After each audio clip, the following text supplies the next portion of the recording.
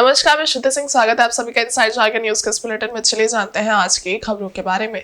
झारखंड सरकार में मंत्री मिथिलेश ठाकुर के चाईबासा स्थित आमला टोला आवास पर ईडी ने छापेमारी की है। ईडी ने मंत्री मिथिलेश ठाकुर के करीबी माने जाने वाले वेदांत खिरवाल के चाईबासा सदर बाजार तंबाकू पट्टी स्थित घर पर भी दबिश दी है। बताया जा रहा है कि पेयजल स्वच्छता विभाग में जल जीवन मिशन के सरकारी योजना में बड़ा घोटाला हुआ है।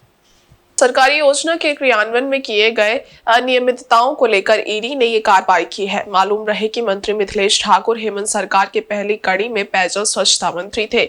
उनके कार्यकाल में पेयजल को लेकर चल रही सरकारी योजनाओं में कई तरह की अनियमितताएं सामने आई हैं। जांच को लेकर ईडी की टीम सोमवार तड़के ही चाईबासा स्थित मंत्री मिथिलेश ठाकुर के घर पहुंची। इसके बाद ईडी की टीम ने मंत्री और उनके करीबी माने जाने वाले वेदांत खिरवाल के आवास पर छापेमारी की। ईडी ने दोनों घरों पर मौजूद लोगों के पहले तो सभी फोन जब्त किए, इसके बाद छापेमारी शुरू की। बताया जा रहा है कि कुल 4 गाड़ियों में 8 लोगों की टीम 2 ठिकानों में छापेमारी करने पहुंची थी। मंत्री के घर और करीबी के ठिकानों में चल रही छापेमारी से हड़कंप मचा हुआ है। छापेमारी की खबर सुनकर मंत्री के करीबी और सहयोगी अपने घर से फरार हो गए हैं। मंत्री मिथिलेश पर भ्रष्टाचार के आरोप को लेकर क्षेत्र में चर्चा का बाजार गर्म हो गया है।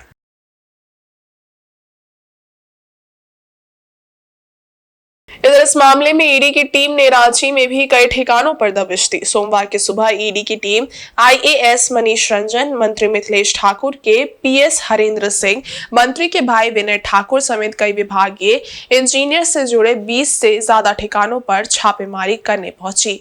टीम के पहुंचते ही हड़कंप मच गया।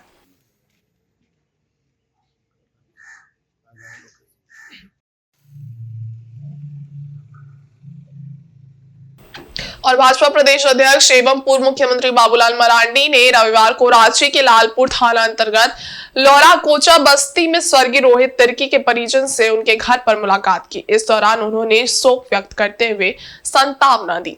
बाबूलाल मरांडी ने मीडिया से बात करते हुए कहा कि राज्य में अपराधी बेलगाम हो गए हैं। पुलिस प्रशासन का भय उनके बीच खत्म हो गया है। उन्होंने कहा कि जवान बेटे को खोने का दर्द वही जानता है जिनके घर ऐसी घटना होती है। पुलिस घटना के 3 दिन बीत जाने पर भी अपराधी की पहचान नहीं कर पाई है, जबकि सीसीटीवी से ये संभव है। पुलिस को अविलंब हत्या के घटना स्थल के सीसीटीवी फुटेज को खंगालना चाहिए तथा मुस्तैदी के साथ खोज कर हत्यारे को बेनकाब करना चाहिए। उन्होंने कहा कि पुलिस आसपास के लोगों से पूछताछ कर अपराधी की पहचान कर सकती है। अपराधी को अविलंब पकड़े जाने से एक भय का वातावरण भी बनता है और घटना की पुनरावृत्ति पर रोक लगती है। आजकल राजधानी रांची सहित पूरे प्रदेश में नशाखोरी बढ़ी है। इसमें बड़ी संख्या में नाबालिग बच्चे भी शिकार हो रहे हैं। युवा पीढ़ी बर्बाद हो रही है। बाबूलाल मरांडी ने प्रशासन से अविलंब हत्यारे को गिरफ्तार करने की मांग की। बता दें कि रोहित तिर्की के साथ दुर्गा पूजा में घूमने के दौरान 11 अक्टूबर की रात अज्ञात लोगों ने मारपीट की थी। इसमें घायल रोहित की मौत हो गई थी।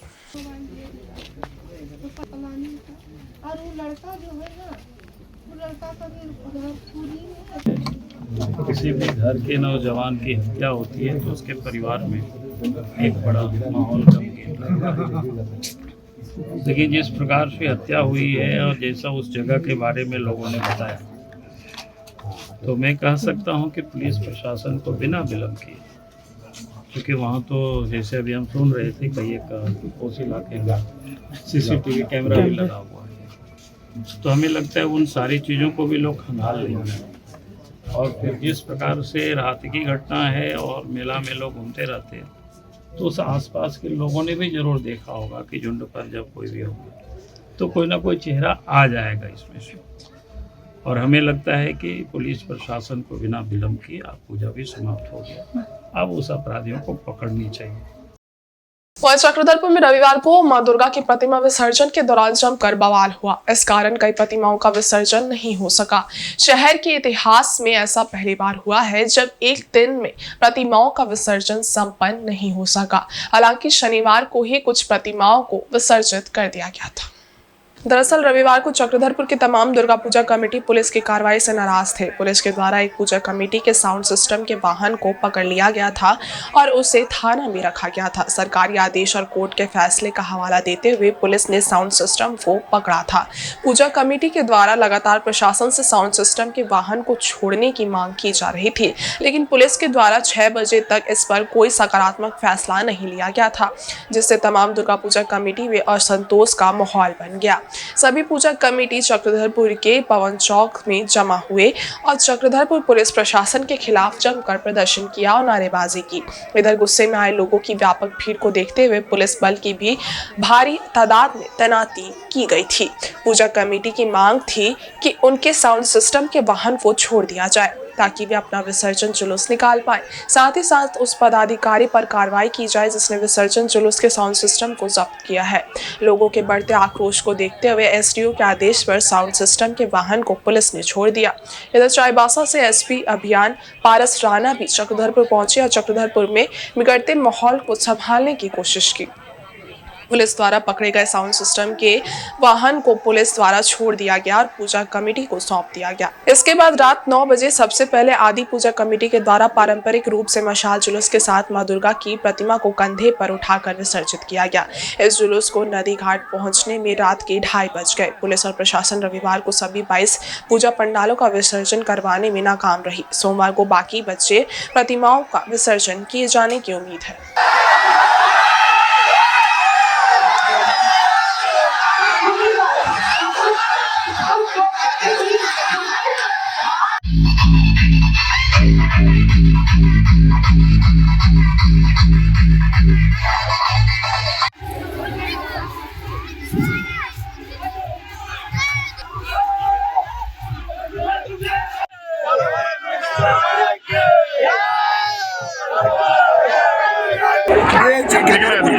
दुर्भाग्य कि आज ऐसे ऐतिहासिक विसर्जन के दिन यहाँ के प्रशासनिक लापरवाही के कारण खास करके चक्रधरपुर के जो थाना प्रभारी और इंस्पेक्टर है, अगर ये ईश्वर हमेशा अपने सनातन संस्कृति पर खलल डालेगा तो हिंदू समाज कदापि उसका भरोसा नहीं करेगा। इसलिए मैं पूरे समाज को कहा है और प्रशासन को कहा है, ऐसा पदाधिकारी चक्रधरपुर के लिए चंद मिनट कर भी जरूरत नहीं, इसको बांध करके यहाँ से शिफ्ट किया जाए, इसके जगह नए पदाधिकारी दिया जाए।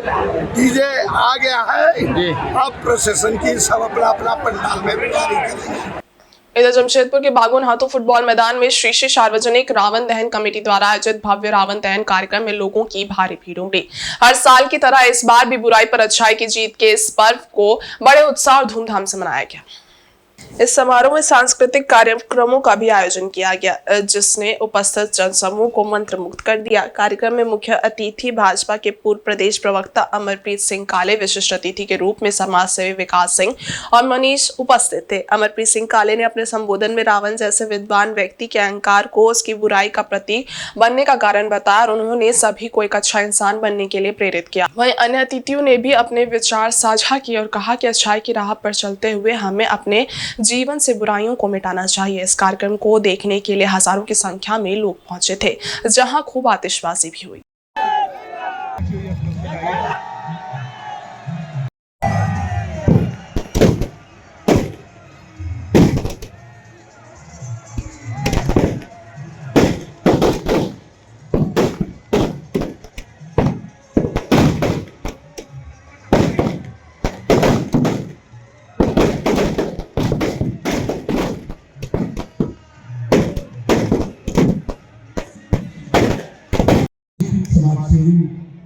भविष्य है। ये जो नौजवान यहाँ पर हमारी बहनें हंसते खेलते मुस्कुराते अपने प्यारे प्यारे बच्चों को, हमारी ऊर्जा क्या है और हमारी पहचान क्या है, ये बच्चों को बताने के लिए आए हैं। इन बच्चों के लिए जोरदार तालियां बजनी चाहिए, क्योंकि ये बच्चे हमारे भविष्य हैं और इन बच्चों को ये समिति उनके संस्कारों से जोड़ने का काम कर रही है। अभी विकास जी उनसे कह रहे थे, काला जी आज रावण को जला दीजिएगा, मैंने कहा रावण को हम जलाने की हैसियत नहीं रखते। ये रावण क्या चीज का प्रतीक है, यह हम सभी के लिए मैं पूछना चाहता हूँ। ये जो आकृति बनी है, ये केवल एक खेल का उत्सव नहीं है। और आदित्यपुर आशियाना स्थित सारडी बस्ती में आपन जन क्लब की ओर से भव्य रावण दहन कार्यक्रम का आयोजन किया गया। इसमें लोगों का जन सैलाब उमड़ पड़ा। सभी को जबरदस्त आतिशबाजी का नजारा देखने को मिला। आपन जन क्लब द्वारा आयोजित रावण दहन कार्यक्रम में मुख्य अतिथि के रूप में आदित्यपुर थाना प्रभारी राजीव कुमार उपस्थित थे। उन्होंने रावण के पुतले को जलाया। इसके बाद भव्य आकाशीय आतिशबाजी नजारा देख सभी मंत्रमुग्ध हो गए। इस मौके पर थाना प्रभारी राजीव कुमार ने कहा कि हम प्रतिवर्ष रावण को जलाते हैं, लेकिन मनुष्य के अंदर रावण स्वरूपी विचारों को जलाना उतना ही आवश्यक है जितना विजयदशमी के दिन रावण का जलना। कार्यक्रम में विशिष्ट अतिथि के रूप में लोजपा प्रदेश सचिव मनोज पासवान भी मौजूद थे, जहाँ कमेटी के द्वारा का सम्मान किया गया। कार्यक्रम को सफल बनाने में अपंजन क्लब के अध्यक्ष प्रफुल्ल चंद्र गौराई, प्रणव शंकर, पिंटू कुमार, किरण लहरी आदि की सक्रिय भूमिका रही। नवरात्र के 10 दिनों तक चलने वाले दुर्गा उत्सव का समापन मां भवानी के विदाई के साथ संपन्न हुआ। प्रतिमा विसर्जन के लिए जगह जगह से शोभा यात्रा निकाली गई थी। राजधानी रांची के विभिन्न पूजा पंडाल में विराजित मां की प्रतिमा को श्रद्धालुओं ने नम आंखों से भावभीनी विदाई दी। पूजा कमेटी के सदस्यों ने माता की मूर्ति को बड़े बड़े वाहनों पर विराजमान कर शहर के विभिन्न क्षेत्र से भ्रमण करते हुए जलाशय में विसर्जित किया। बहुचर्चित पूजा पंडाल में से चंद्रशेखर आजाद दुर्गा पूजा समिति के द्वारा भी विसर्जन शोभा यात्रा काफी भव्य रूप से निकाला गया। शोभा यात्रा का आकर्षण माता की डोली थी। वहीं महिलाएं घोड़े पर सवार होकर हाथों में वीरता का प्रतीक तलवार लिए शोभा यात्रा में शामिल रही। कुछ वीरांगनाएं बुलेट पर भी सवार थी। रथ पर भगवान का दरबार सजाया गया था। पूजा समिति के अध्यक्ष, पदाधिकारी एवं सदस्यगण भजन व ढोल ताशे की धुन पर झूमते गाते मां के जयकारे लगा रहे थे। सभी आंतरिक करुणा से मां की विदाई में सम्मिलित थे।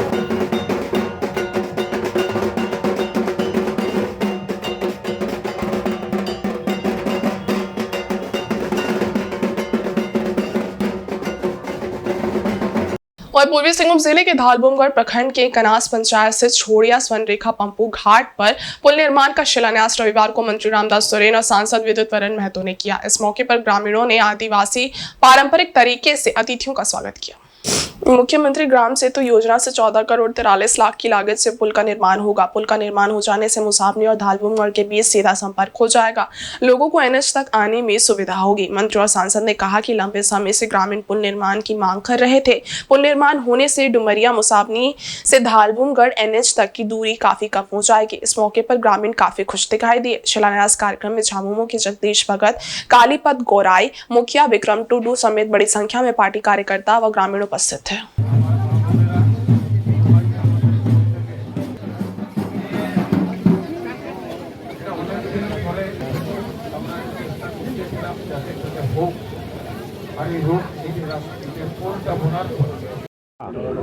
मुसाबनी प्रखंड एवं दलभुमगढ़ प्रखंड के तमाम जनताओं का काफ़ी पुरानी मांग रहा है और जिसका चलते यहाँ के लोगों को आने जाने का काफ़ी दिक्कतें हो रही थी, जिस पर आज इन लोगों का पुराने मांगों को पूरा करते हुए आज हम यहाँ पंपू घाट का पुल हम लोग यहाँ पर स्थानीय सांसद, मैं खुद और हमारे झामुमो के कार्यकर्ता, भारतीय जनता के कार्यकर्ता, यहाँ के ग्राम प्रधान, ग्रामवासियों के साथ मिलकर के आज हम लोग इस पुल का शिलान्यास किए हैं। निश्चित रूप से आज दलभुमगढ़ और मुसाबनी प्रखंड के तमाम लोगों का ये जो स्वर्णरेखा नदी में पुल बन रहा है, ये सेतु का काम करेगा और इस क्षेत्र के लोगों का आवागमन में सहूलियत होगा और सभी तरह का कार्यों में स्कूल, कॉलेज, हाट, बाजार, कई तरह का बिजनेस में आम लोगों का एक संपर्क रोड बनेगा और जिस पर यहाँ के लोगों का स्वरोजगार में बढ़ोतरी होगा। बाद से ही क्योंकि इस क्षेत्र में टापू जैसा हो गया था और ये इस जगह अगर ब्रिज बन जाता है पंपू घाट में तो मुसाबनी से दलभुमगढ़ का, इवन मुसाबनी से बहरागुड़ आने जाने वाले लोग का भी काफ़ी सहूलियत होगा, सुविधा होगा। तो ये मुख्यमंत्री सेतु योजना के तहत ये स्वीकृति हुआ। माननीय विधायक हम लोग कोशिश किए थे, इसका पहले भी पाइलिंग हुआ था लेकिन नहीं बन पाया। चलिए इस समय सरकार ने इसको स्वीकृति देकर बना दिया और इसमें माननीय विधायक जी भी प्रयास कर रहे थे लगातार। तो हम लोग कोशिश कर रहे थे पंपू घाट में ये बने, तो आज इसका शिलान्यास हुआ। हम लोग चाहेंगे गुणवत्ता आधारित यहाँ बेहतर पुल का निर्माण हो, साथ साथ यातायात करने के लिए मुसाबनी पंपू घाट से धलबुंगड़ ये रास्ता भी माननीय विधायक जी बोले कि अभी वित्त विभाग में है। तो जहाँ तक ब्रिज बन जाएगा तो अप्रोच रोड भी बन जाएगा तो इस क्षेत्र के लिए बहुत बड़ा उपलब्धि होगा। इधर पूर्वी सिंहभूम जिले के कोवाली थाना क्षेत्र के पालेड़ी के समीप कार एवं बाइक के बीच आमने सामने भिड़ंत हो गई। टक्कर इतनी जबरदस्त थी कि दोनों वाहनों के परखच्चे उड़ गए। इस बीच 2 लोग गंभीर रूप से घायल हो गए। दोनों घायलों की स्थिति गंभीर बनी हुई है। इधर सूचना मिलने पर कोवाली थाना प्रभारी दल बल के साथ घटनास्थल पर पहुंचे और घायलों को इलाज के लिए टीएमएच भेजा गया। घटना के संबंध में प्रत्यक्षदर्शी हरीश चंद्र सरदार ने बताया कि उड़ीसा से तेज गति से आ रही कार ने विपरीत दिशा से आ रही बाइक को पालेड़ी के समीप जोरदार टक्कर मार दी। इससे दोनों बाइक सवार गंभीर रूप से घायल हो गए। दोनों घायल व्यक्ति बिरसा बेसरा एवं नागरे मुर्मू उड़ीसा के रायरंगपुर के रहने वाले हैं, जबकि कार सवार अनिमेश कुमार जमशेदपुर का रहने वाला है, जो उड़ीसा के जाजपुर से जमशेदपुर लौट रहा था। इसी क्रम में पालेड़ी के समीप हादसा हो गया। वहीं दोनों घायलों को बेहतर इलाज के लिए टीएमएच भेज दिया गया।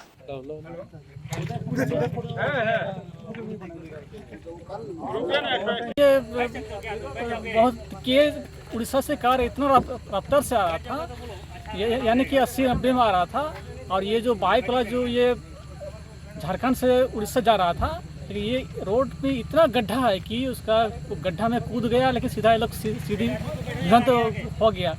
ताकि इसी भिड़ंत में एक आदमी बहुत बुरी तरह घायल है, उसका हाथ टूट गया है और सिर में चोट लगा है। इसीलिए इनको हम लोग को सारा चीज़ थाना वालों को फ़ोन कर दिया, अभी आया और उनको ले जा रहा है।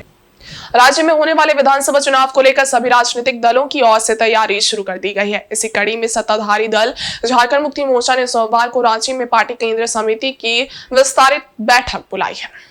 पार्टी की बैठक सहजानंद चौक से सोहराय भवन में आयोजित की गई है, जिसमें झामुमो के कार्यकारी अध्यक्ष और मुख्यमंत्री हेमंत सोरेन भी भाग लेंगे। बैठक से पूर्व पार्टी के केंद्रीय महासचिव विनोद पांडे ने कहा कि पार्टी की ओर से एक अहम बैठक बुलाई गई है, जिसमें तमाम बड़े नेता मौजूद रहेंगे। साथ ही साथ कार्यकारी अध्यक्ष सह मुख्यमंत्री हेमंत सोरेन भी उपस्थित रहेंगे। उन्होंने कहा कि इसमें कई अहम फैसले पार्टी की ओर से लिए जा सकते हैं।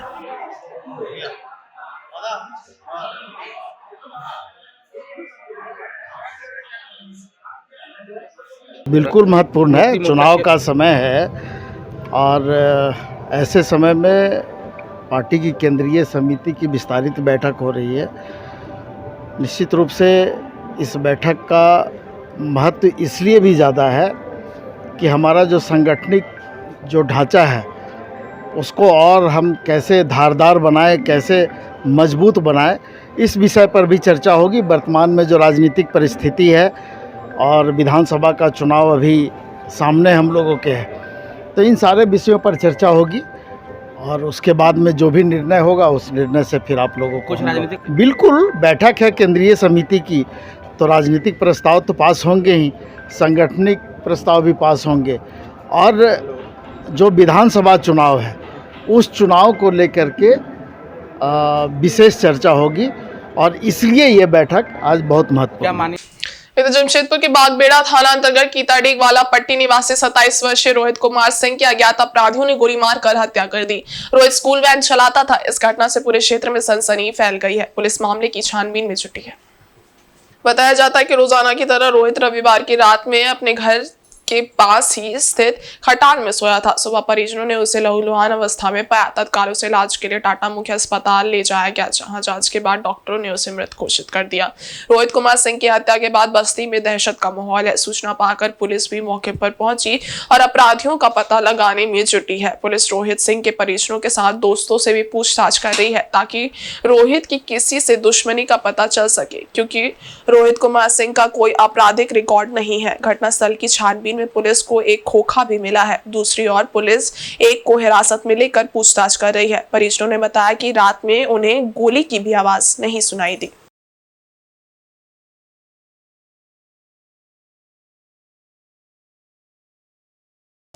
मामला है जो आज से 4 दिन पहले अलग सिंह बगान में तो परिवारों के बीच झगड़ा हुआ था। बच्चा को लेकर के झगड़ा हुआ, वो महिला लोग आपस में लड़ गई, झोटा झोटी पकड़ने लगी। उस पीरियड में ये बच्चा वहीं पर था। कौन? ये रोहित सिंह उर्फ छोटू सिंह वहाँ पर था। वो जा कर के वो दोनों को छुड़ाने का प्रयास किया, जी आप लोग छोड़ दीजिए, आप उसमें लड़िए मत। दोनों एक दूसरे को झोटा पकड़ी थी, नहीं मार रही थी। उस बीच में ये बच्चा जो है दोनों को अपने हाथों से ठेल दिया कि हटो तुम लोग। एक औरत तो संभल गई, लेकिन एक जो दूसरे पक्ष की औरत है वो गिर गई। उसका लड़का लोग धमकी दिया है कि हम मारेंगे तुमको, ये करेंगे वो करेंगे। अब मामला क्या है, आगे क्या सच्चाई है नहीं है, ये तो आगे आने वाला समय में ये प्रशासन इसका निष्कर्ष निकालेगा। ये मामला है क्या, छानबीन होगा तब जाके पता चलेगा। और इस बुलेटिन में बस इतना ही। ब्रेक के उस बारे कुछ और खास खबरें तब तक के लिए देखते रहिए इनसाइड झारखंड न्यूज़। धन्यवाद।